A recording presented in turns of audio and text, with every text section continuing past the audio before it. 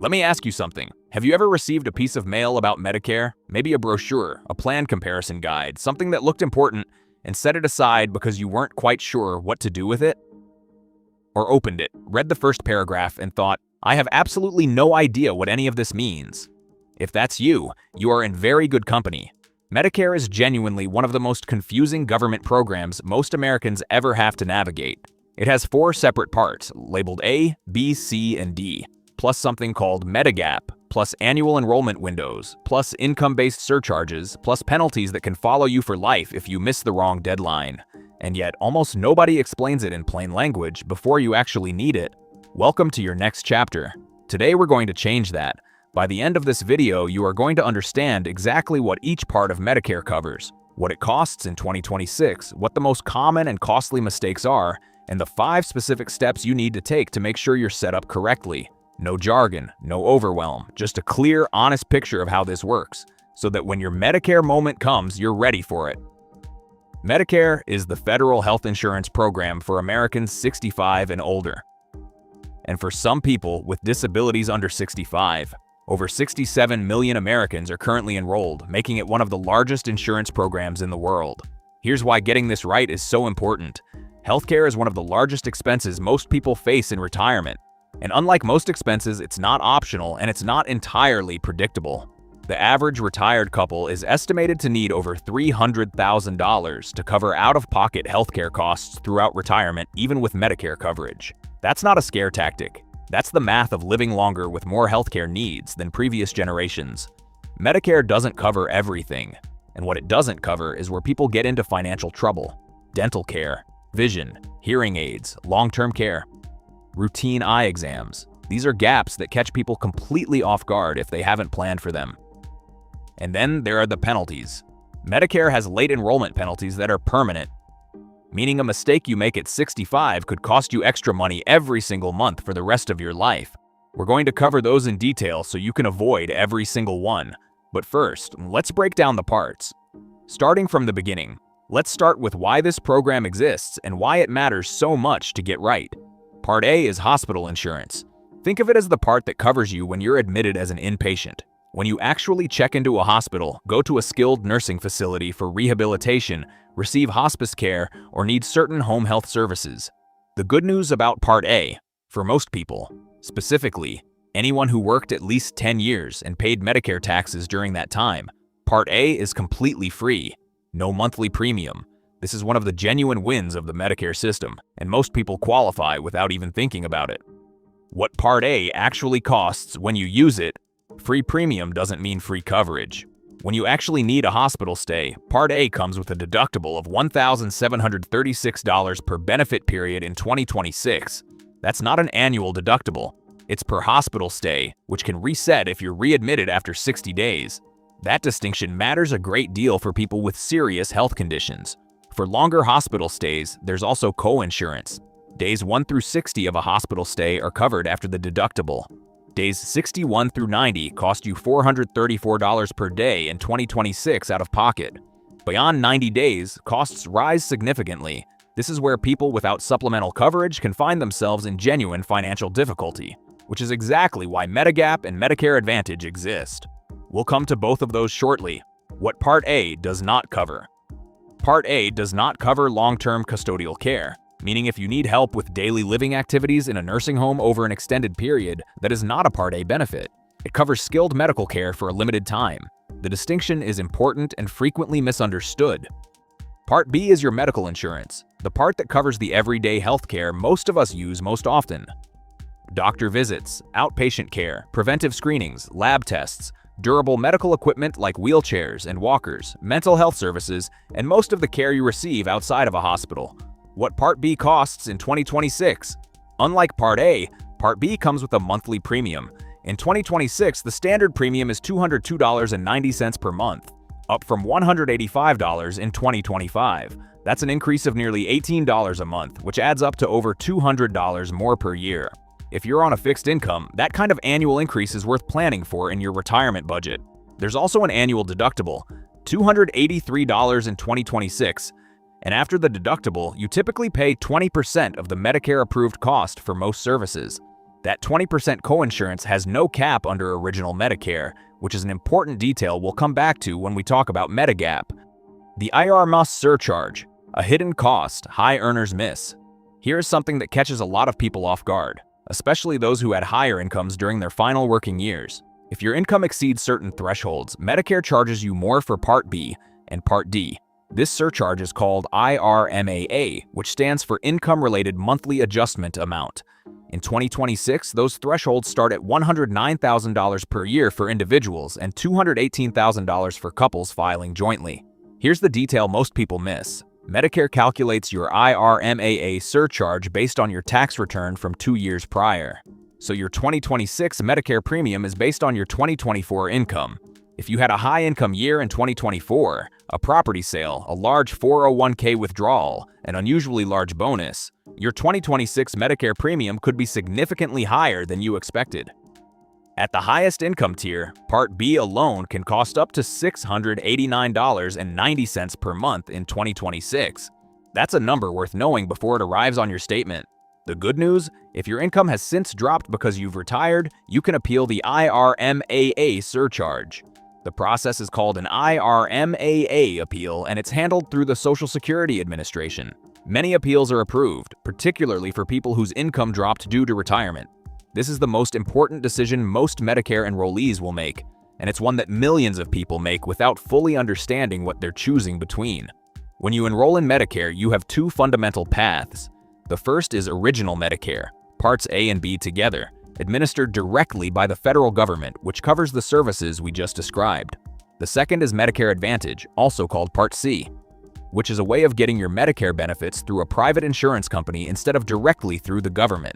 The case for Original Medicare. Original Medicare gives you access to virtually any doctor or hospital in the country that accepts Medicare, and most do.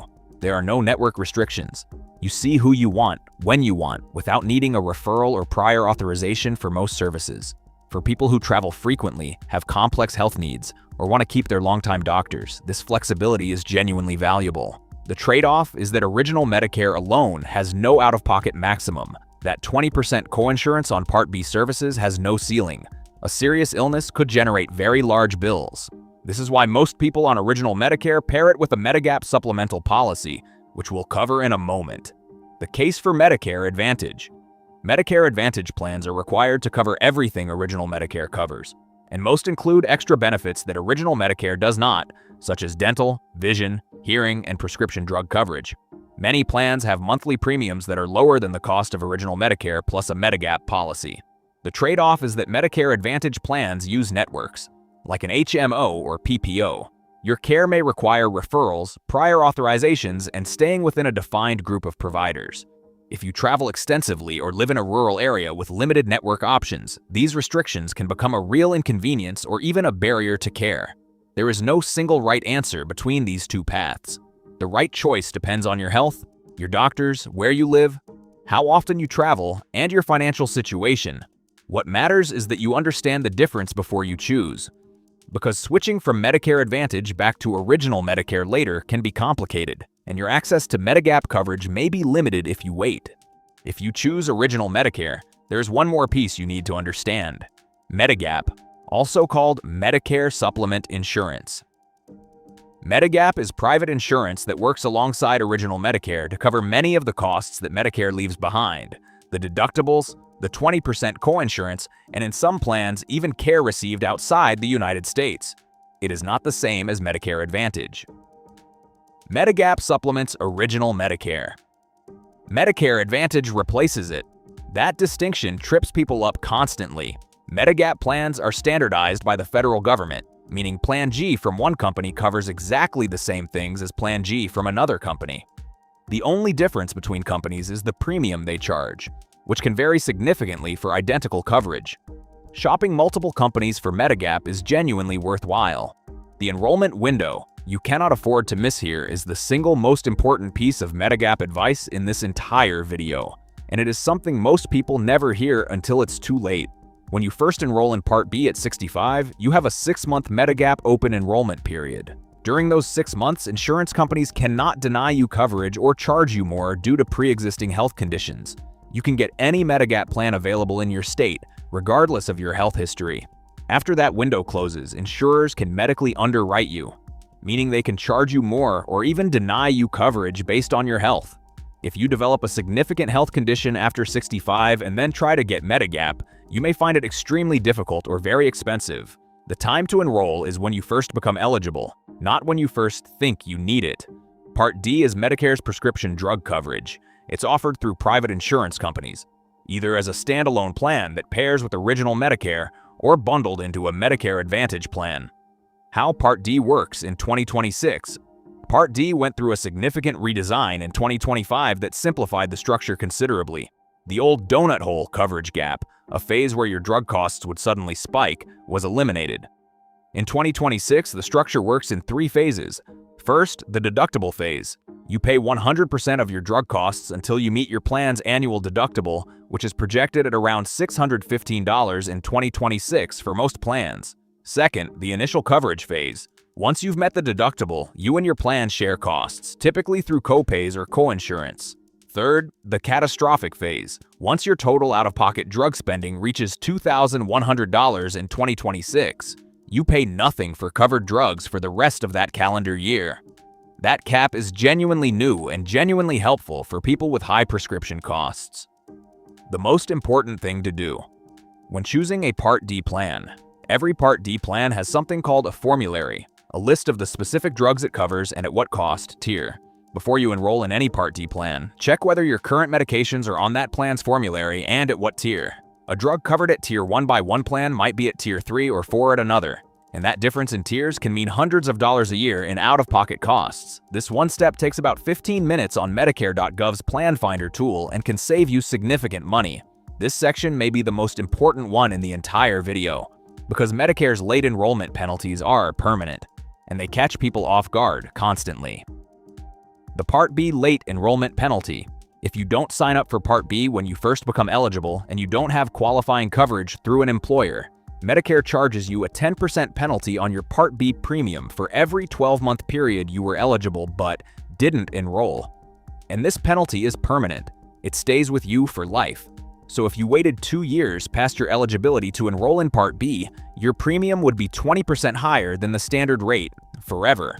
On a $202.90 monthly premium in 2026, that's an extra $40 per month, every month, for the rest of your life. Over 20 years, that's nearly $10,000 in extra costs for a paperwork timing mistake. The Part D late enrollment penalty. Part D has its own late enrollment penalty.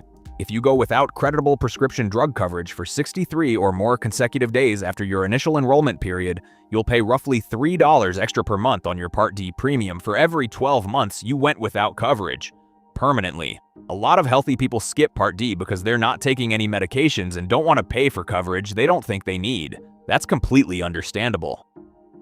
But the penalty for going without coverage can accumulate quickly.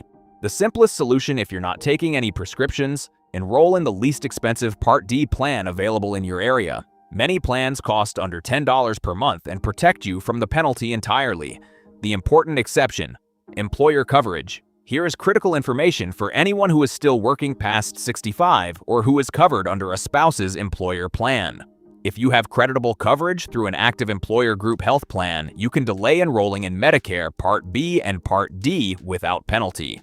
The key word is active employer coverage. COBRA and retiree health plans do not count as creditable coverage for this purpose. The moment that employer coverage ends, you have a special enrollment period of 8 months to sign up for Part B without penalty.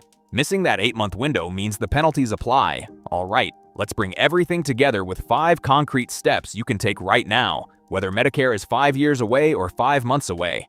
Step 1. Know your initial enrollment window. Your Medicare initial enrollment period opens 3 months before your 65th birthday month and closes 3 months after. That's a 7-month window. Mark it on your calendar now, regardless of how far away it is. The earlier you know the window, the more time you have to make informed decisions rather than rushed ones. Step 2. Check your employer coverage status. If you're still working or covered under a spouse's employer plan, confirm with your HR department whether that coverage qualifies as creditable for Medicare purposes. Get that confirmation in writing. This one step determines whether you can safely delay enrollment without penalty. Step 3. Create your Medicare.gov account. Medicare.gov is your official home base for everything Medicare related. You can compare plans, check drug formularies, find local providers, and review your coverage all in one place. Create your free account now. Even if you're years from 65, the plan comparison tools are available to anyone and they're genuinely useful for planning ahead. Step 4. Contact your state SHIP program. Every state has a free program called SHIP, the State Health Insurance Assistance Program. SHIP counselors are trained Medicare experts who will sit down with you one-on-one at no cost and help you understand your options and make the decision that's right for your specific situation. They are not selling anything, they work for you. Find your state's SHIP program at shiphelp.org. Step 5. Don't ignore the mail. In the months leading up to your 65th birthday, Medicare-related mail will start arriving. Some from the government, some from private insurance companies. The government mail matters. The insurance company mail is marketing. Learn to tell the difference. Anything from the Social Security Administration or the Centers for Medicare and Medicaid Services, CMS, should be read carefully. Everything else should be set aside until you've done your own research through Medicare.gov or your SHIP counselor. Medicare doesn't have to be confusing. It feels that way because nobody explains it clearly before you need it, and by the time most people sit down to figure it out, the enrollment clock is already ticking. But you've just changed that. You now understand all 4 parts, the big decision between Original Medicare and Medicare Advantage, what Medigap does and why the enrollment window matters so much, and the penalties that are permanent and completely avoidable. That knowledge puts you ahead of the majority of people walking into Medicare every single day. And knowing what's coming, really knowing it, is what allows you to make decisions from a place of confidence rather than confusion. That is what this channel is built for. Every week on your next chapter, we're going to take the topics that matter most in the second half of life, financial, medical, emotional, practical, and give you the honest, clear picture that you deserve. If this video helped you make sense of Medicare, I would love it if you subscribed, and please leave a comment below.